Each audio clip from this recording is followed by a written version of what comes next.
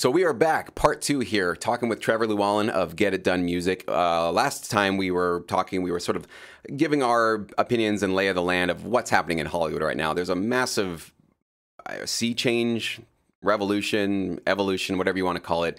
I don't think it's as simple as just a little bit of a strike, a disagreement, and they'll get back together and move forward. I think this is actually a signal with the writer strike, with all the changes happening with the streaming services, and a lot of the misses in the theaters recently. I think this is all signaling that we're going through a big change right now technologically. Part of it, I kind of feel, I forgot who I'd heard this from, but part of it feels like, and when I heard it, I couldn't get out of my brain. Somebody had once said that essentially the Hollywood model, as we have known it, has basically been a 20th century institution. And it kind of just lingered a little bit into the 21st century, and it's sort of rubbing up against the edge of its relevance right now. And when I heard that, I was like, that feels right. You know, it's just a feeling. There's no logic to it. But it just kind of sounds like with the technology we had at the time, limited access to entertainment into all these things, Hollywood was the only name in the game. It was the only place you could go to get basically new, exciting, original content.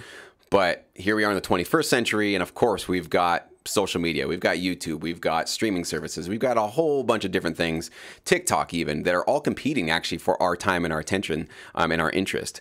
So in this video, I want to basically start talking about solutions for what we sync licensing music producers can do about this. This is all happening. All of this is out of our control. Trevor is basically one of the leaders, I think, thought leaders in the side of it, because especially as he joined us for Sync Up and gave a great presentation on AI and how you guys can use AI to become much more profitable and much more powerful. He always has his eyes open to the fact that you don't want to ever get married to the way things have been and always want to go away. Well, this is the way our industry usually has behaved, and if it doesn't behave like that in the future, then it's all going to hell and we should just give up on it. He's always been the one that looks for, well, okay, it might not be working that way, but how do we adapt? How do we adjust? How do we change? Maybe we need to think about this in a completely new way so that we can actually be more profitable and remain relevant in this industry. So that's exactly why I'm bringing him back on the channel here. So Trevor, let's first talk about that first writer strike, because you had some interesting things to share with me actually on the phone yesterday. Go back to that 2008, 2009. What was going on in your world, sync related, and how did you navigate those waters back then? Yeah, that was like in my first couple of years, and it became kind of the golden years, right? Because it was reality city, because there was a strike. I don't remember if it was writers or actors. I don't think it was both. I think it was just writers. Can't Just remember. writers, as far as I remember. Yeah. And so shows stopped for like, I think almost a year. Maybe it was just 6 months. I don't know, but it stopped. But the money was still around. And so the studios were like, let's produce reality. And the cool thing for us is, in a TV show drama about people, about murders, there's only so many pieces of music they need. But in reality, in reality shows, they need wall-to-wall music. So it became kind of the golden era of like, we're just going to make tons of music, throw it at all these reality shows, and they're just going to fill their shows for half an hour or an hour, however long the episodes are, and we're just going to rake in the royalties. And that was birthed from the last writer's strike thing. And then it just kind of kept going. Reality shows were a huge hit, right? Like we got a lot of shows that still exist today, like the Kardashians and stuff like that. And so so that was kind of my experience in the first writer thing, but I also was like new. So I was just kind of accepting what everybody else was telling me. I wasn't really aware. This time around, I'm kind of watching it like we talked about in our last video. I'm watching it. It just feels very different. It doesn't feel like, oh, what's going to come out of here is a golden era. It feels more like what's going to come out of here is something very interesting, and everybody's going to have to adapt in many different ways. I don't think there's going to be some like, we come out of it and this is what you do. I think it's like, we're going to come out of this strike and these negotiations, and you're going to have all these options to do a lot of different things with your career, like as far as like a contract and terms wise and all that kind of stuff. Yeah, kind of sort of breaking open the floodgate again into the way things have always been going. And it's like the business models are just not supporting that anymore. And so now you're seeing this kind of eruption happening, this kind of breaking apart at the seams, that this model with the unions is just not going to be sustainable, probably, like you said, in the future. So when that first writer strike went on, I remember, of course, the reality TV show era began, which I know is a regrettable part of history. But I love it because it basically gave me my entire career. I mean, if you look at my royalty sheets, it's basically nothing but reality TV. I mean, most of it, I'd say 70%, 80% of my placements is reality TV in one form or another. It could be a judge show, like Judge Judy actually got a lot on her. Not necessarily the Kardashians, even though I did get placements with them too. But you name it, my music has basically gone out there and all those. So this could be maybe a resurgence of reality TV. Do you think that could happen? What other types of content do you think could actually be really a good play that could come back and become more popular now that sort of scripted shows with writers and actors are just sort of on pause for now? Yeah, so what I'm preparing for is kind of almost an alternative version of what happened last time when it comes to reality. I'm looking at, if you look at, like, I think there's something called Tubi. There's a few like kind of medium to small size competitors to like Disney Plus, where it's like they're not trying to replace Disney Plus, but they're like a home for like medium sized reality TV or like documentaries or something like that, right? And so you've got this studio or this company that has a what's it called, like a lineup of like a small amount of shows, and they probably have a protocol of how they handle music. Right now, that's one company, right? They're like let's now imagine there's like 5 different ones, right? There's one that's like focused on reality. There's like one that's like BET is kind of turning into one of these as well, where people subscribe to BET, they don't even really watch on other stuff. Like there's other networks, there's kind of becoming little like culture channels, right? Where it's like your interests are just in this little bubble. And then you as a composer can now go to these each individual things and be like, you know what, I fit. This one is a bunch of crime shows. And what I do is that. So I'm going to contact them and see what their terms are for music and how I could work with them. And that is in my opinion, as like a business owner, that's an interesting relationship between those two, because it's very direct, right? Like in library currently, you're kind of going into a library and then there's like a sub publisher and then there's the network and then there's the show itself. And maybe there's like a production team in between that. Right. And then there's like the editor. There's so many like pieces, where this new world, you might be a little bit more directly connected to the content you're providing music for, because it's kind of fractioned off into these little small subgroups. I'm looking at that, for example, and being like, how can I like adapt into a world where like you as a composer might not, like, here's an example, and I don't know if it'll pan out this way, but let's say you're a composer and you can pump out like 20 tracks in a week of just like cool hip hop beats, right? And you can go to BET and make like a blanket license for yourself and just be like, I can promise you, this amount of tracks in this style, these many vocal songs for the rest of the year. Here's like my cost for that. Like, let's make a deal. Like, that's not something that we were doing with the Kardashians, right? Like we were just getting into a library and hope they place it. But now I could see a world where you can really make your own bridge in these smaller buckets, instead of everybody standing in one area trying to go down into the other area where there's the big stuff like the FX, right? And the, whatever E network, right?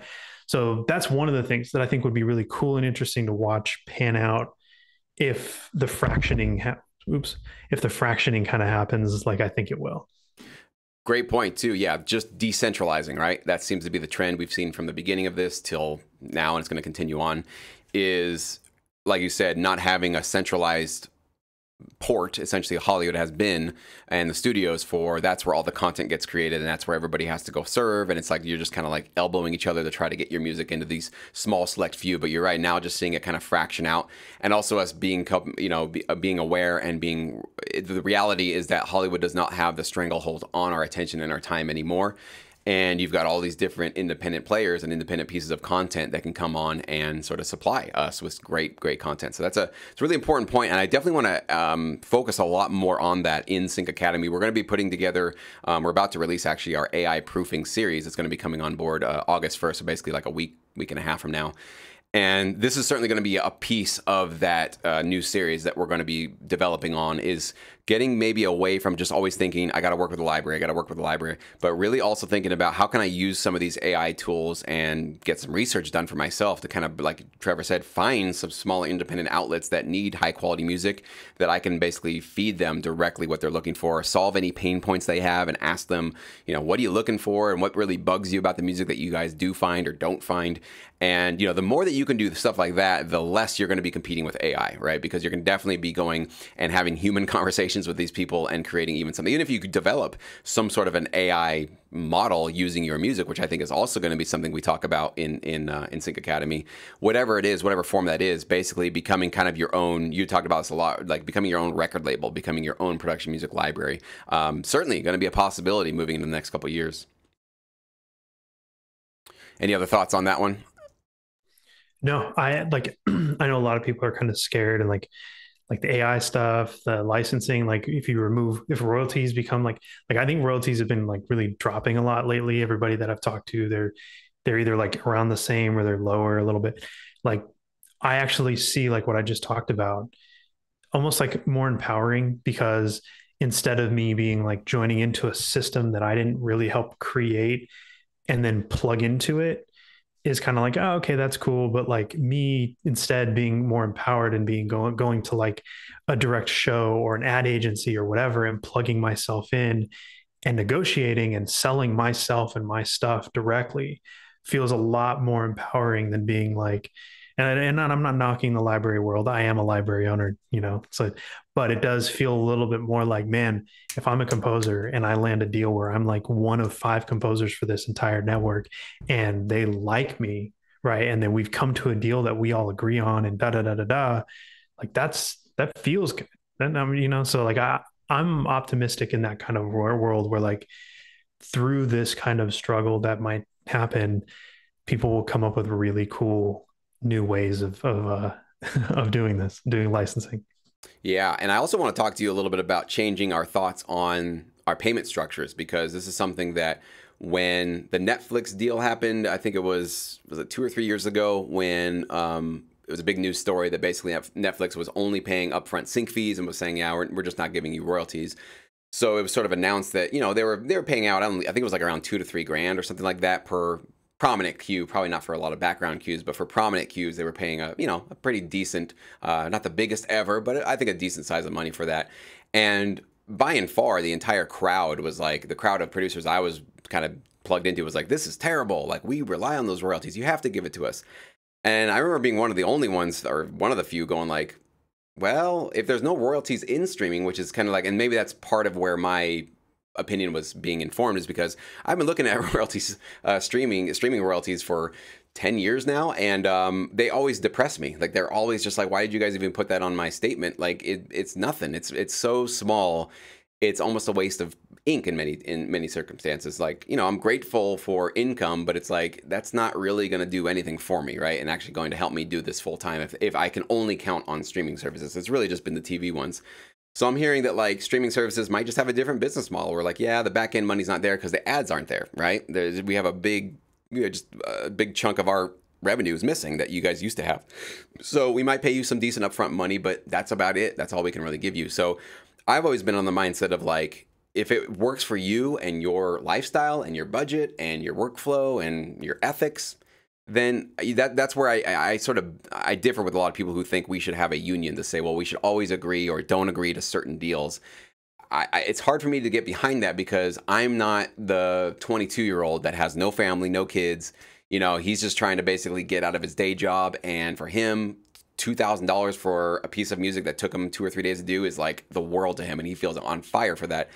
Who am I to go in there to say, no, you are so undercutting your value in this industry. You should be asking for a lot more. You should not work for that. It's really imposing, I feel, to go to somebody to tell them what their value should be or how they should value themselves. It just feels like a very strange position to put myself in because we're just different. I don't have your bills. You don't have my bills. I don't have your considerations, right? So talk to me about your mindset in terms of being open to the fact that you've seen royalties decline. You've seen sync fees either remain or it's something to at least hold on to for now. What's your thinking in terms of where these business models might evolve in the near future?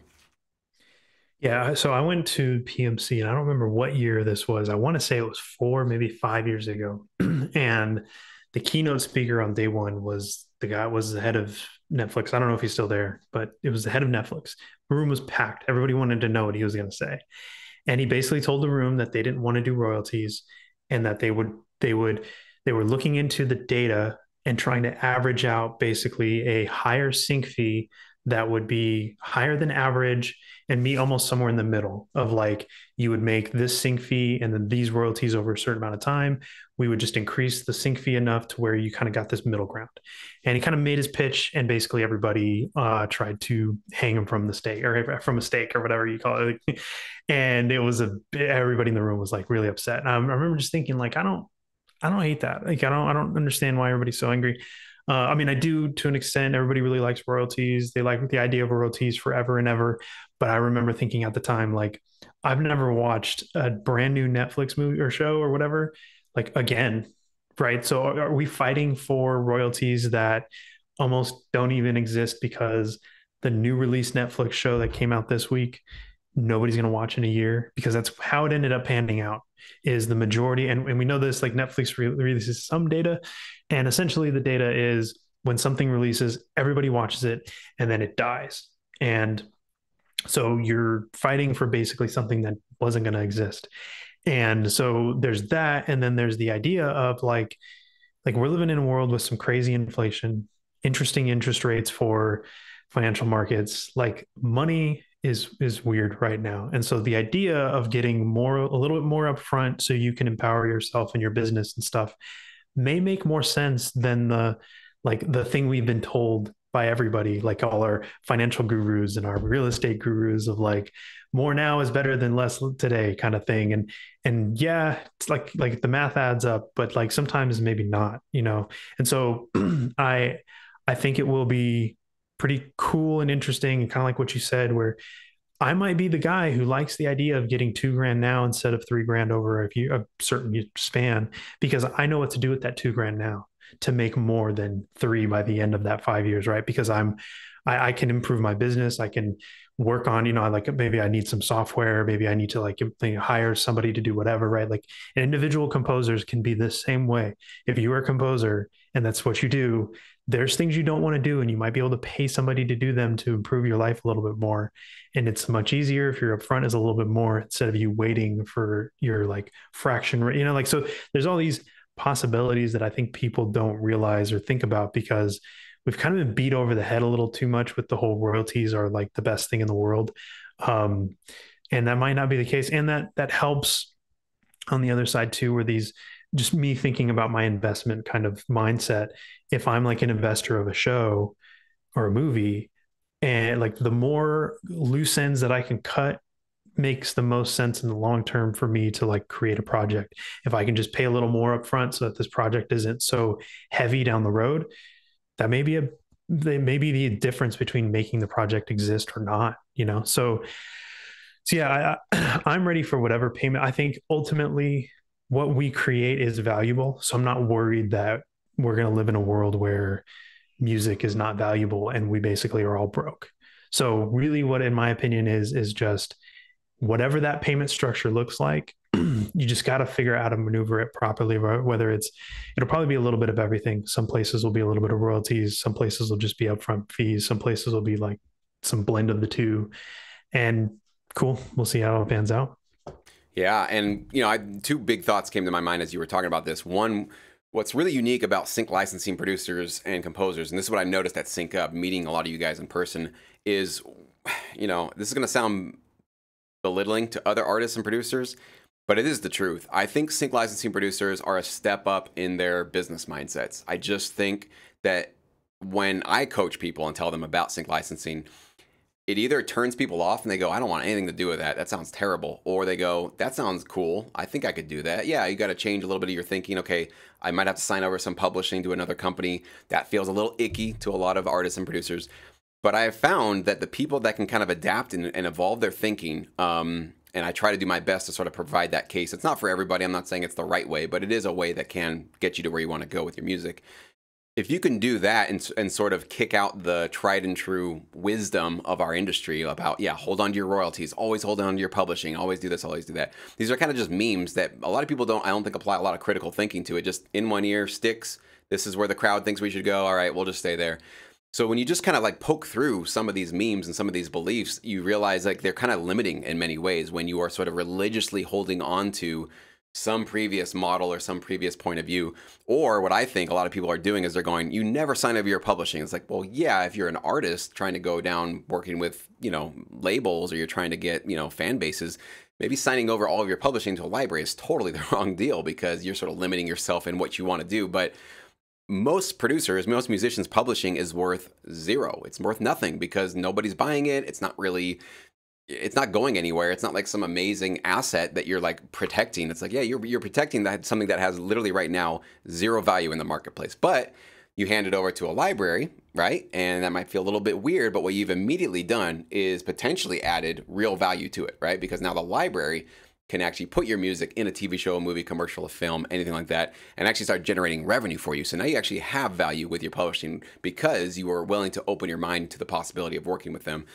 So I think that this, again, opens up opportunities for those of us that are kind of paying attention to this stuff and opening our minds to the idea of we don't have to always do things the way things have always been done, and that's okay. It doesn't, things just evolve, and it might have made sense when I first got started to say, hold on to those royalties, we'll hold on to that writer share. That's the biggest part, of course, because that's sort of what carried me through. So I've certainly shared that with you guys. But I also have to, in my own mind, go like, that might not be the advice I can give moving forward. We might have to think about this in terms of don't be so religiously tied to those royalties. Maybe we have to think about other ways to do it. And the other valuable thing I think I have to obviously highlight is a sync fee is a guarantee that you got money right now. Royalties, because of the lack of transparency of the PROs, it's a crapshoot, right? Sometimes you're like, wow, like I've gotten a couple of placements that were like 9 seconds long. They were $1,700. I had one placement in Germany. I think it was my biggest one, was like $2,800. No, I don't even know what was going on over there, but I got this huge placement and I was like, that is awesome. That's crazy. That's basically all of my monthly expenses in one placement on my long royalty check. That's amazing. But you better believe I've had plenty of downers. I had plenty of, that was a national commercial and I made a couple of $100. Like, I've had those situations. I've had every type of disappointment and heartbreak you can think of on your royalty statements. So you give me the choice of like, all right, we can either just, line your pockets with a couple of grand now, or you can sort of roll the dice and we'll see what you get down the road. I totally think sometimes taking that money now and maybe thinking, okay, royalties, the passive income part of this industry might not be as lucrative as it once was, but there's other things I can do with that sync fee. Like if I have excess sync fees that, it covers all my expenses plus some, like there's other ways I can invest my money. There's other ways I can create passive income. I don't have to always just look for the royalties to do that. So again, it's about being nimble and kind of, less religious in terms of what we used to think. But I want to give you the last word here before we wrap this one up. Yeah. Last word. I think if tomorrow they could stop striking and everything can go back to normal and this entire conversation has been pointless, that is a possibility. But I'm kind of in this mindset of prepare for like, quote unquote, the worst, which allows me to kind of prepare for what actually might be the best. And right now, for example, while I am filling my library with tons of really cool music, I am also looking into any alternative thing out there at the moment. I am, and I'm telling you what I'm doing because I'm basically telling you what to do as well. Because I'm telling you, my competition, all of you composers and stuff are basically competing with me as well. And like, I'm telling you to do what I'm doing so you don't need me to do it for you, which is I'm reaching out to everybody directly instead. I'm happy with my library relationship and all of that, and I'm putting all that in there. But as things are changing, I am also like, you know what? I'm reaching out to advertising agencies. I'm reaching out to, well, not right now because everybody's on strike, but I'd be reaching out to networks, reality show production teams, reach out to all these people constantly and just be that squeaky wheel, because I do think that when if what I've been saying these last two videos is true, these titans are going to fall. And then what's going to come out of the rubble is going to be something that I think will be really great for all of you watching, because you can then go to those things directly and you can, hit up ad agent, whatever they are, right? Like not enough of you reach out to advertising agencies. I'm going to tell you that right now. Not enough of you reach directly to reality shows or reality studios. Not enough of you reach out to basically anything that creates the stuff that uses your music. You don't really reach out directly. I know you don't. I've talked to these companies and they don't there's almost like this stigma of like, you're not supposed to. But the only ones that I think that isn't a good idea to reach out to is music supervisors, because they do get an insane amount of stuff and they're tired of it. But all the other things people talk like don't think about, just advertising agencies and brands themselves, right? Like beer brands, drink brands, whatever, shoe brands, like all of these companies all use music nonstop, and you're not talking to them. And that's what I'm trying to do on my end. I'm going, you know what? I'm going to talk to these people a lot more than I have in the past, because I think they're kind of the future. Um, and so I'm telling you guys to do that, because I think that that will really help you guys. And not only with that, but whatever comes of the strike and all that stuff, whatever comes out of the rubble of all of this, go towards all of that. And like the little streaming services, the little networks, the whatever comes out of all of this, do it yourself. You can do it. Go to ChatGPT, write you an email, take your music career in your own hands. Hit me up, but you don't really need me, right? You don't need libraries as much as you think you do. You can do it yourself too. And so yeah, that would be my last thing about all this. Very powerful advice, and certainly something that we will be talking more and more about on this channel as AI is reinventing what we do. This new landscape of the technology is certainly reinventing what we do. And that's what I think is so cool about what we're doing here with this channel and with this community is we are staying on top of this stuff and just being nimble with it and just being adaptive and, again, open and curious to it and not being so, doomy and gloomy about it, which is so easy to do. I see a lot of people doing that, and not being so black and white about it, right? It's like writers are good, actors are good, studios are bad. Where's the complication in this? Why are you not just siding with the writers, Jesse? It's like, okay, that is sort of the first grade level understanding of reality, right? Or things that are not fair. That's one of my favorite ones. That's not fair. So I am always trying to remind myself, because I fall into those kind of victim bummer states of mind for sure. But I always find very quickly that staying there results in me not seeing opportunities and not getting excited about the future and not trying to be nimble, as sort of Trevor has just sort of pointed out there. So I hope you guys take that from these conversations, that we are not trying to be pessimistic about anything. We're actually just trying to be realistic about there's real stuff going on right now. And it's a lot bigger, I think, than just a simple disagreement between the writers, the actors, and the studios. I think there's actually a fundamental shift happening in our world in terms of how people are consuming and getting their content. And we want to make sure that we are involved in that conversation. So staying out of the picking sides and this is fair, not fair, that's all unproductive. None of that stuff gets you closer to getting to be a part of the conversation and the solutions really moving forward. So that's really what we want to be a part of. So Trevor, thank you so much, dude. Really appreciate your time. Really appreciate your insights. I know everybody does as well. If you guys want to get more insights like this, you guys do need to join us in Sync Academy. Trevor was one of our primary, actually, tutorial providers for the new AI Proof series. So you can get a lot more insights like this from him, from somebody who's been following the trends, following specifically the AI stuff, and how you can ensure that you're not going to be left behind, left in the dust, wondering what happened to your sync licensing career. That's our entire goal with this. And I promise, guys, once this AI proofing course kind of comes online, I have definitely gotten the message from many of you to drop this AI stuff and kind of stop talking about it. It's getting old. I hear you loud and clear. I actually put out a poll, and that was like the vast majority of you saying like, yeah, you can kind of move on. Let us know if something big happens, but we got it. And so I don't want to be sort of beating a dead horse here. So we will move on from AI. We won't be talking about it every single time. But again, I want to make sure that I have done my due diligence to try to prepare us as much as possible. And I don't want to be burying my head in the sand or dismissing it or thinking that it's overhyped, because I actually just don't think that's true. I really do think that this is something that can actually come into our world and disrupt all of the stuff that we're doing. So I'll make sure that we hopefully provide for you guys the most valuable resources and tutorials and education and insight to prepare you to really survive and thrive in this new revolution. So that's what we got for you guys. If you guys want to check out what's going on in Sync Academy, I'll put a link right down below. Thank you so much for watching.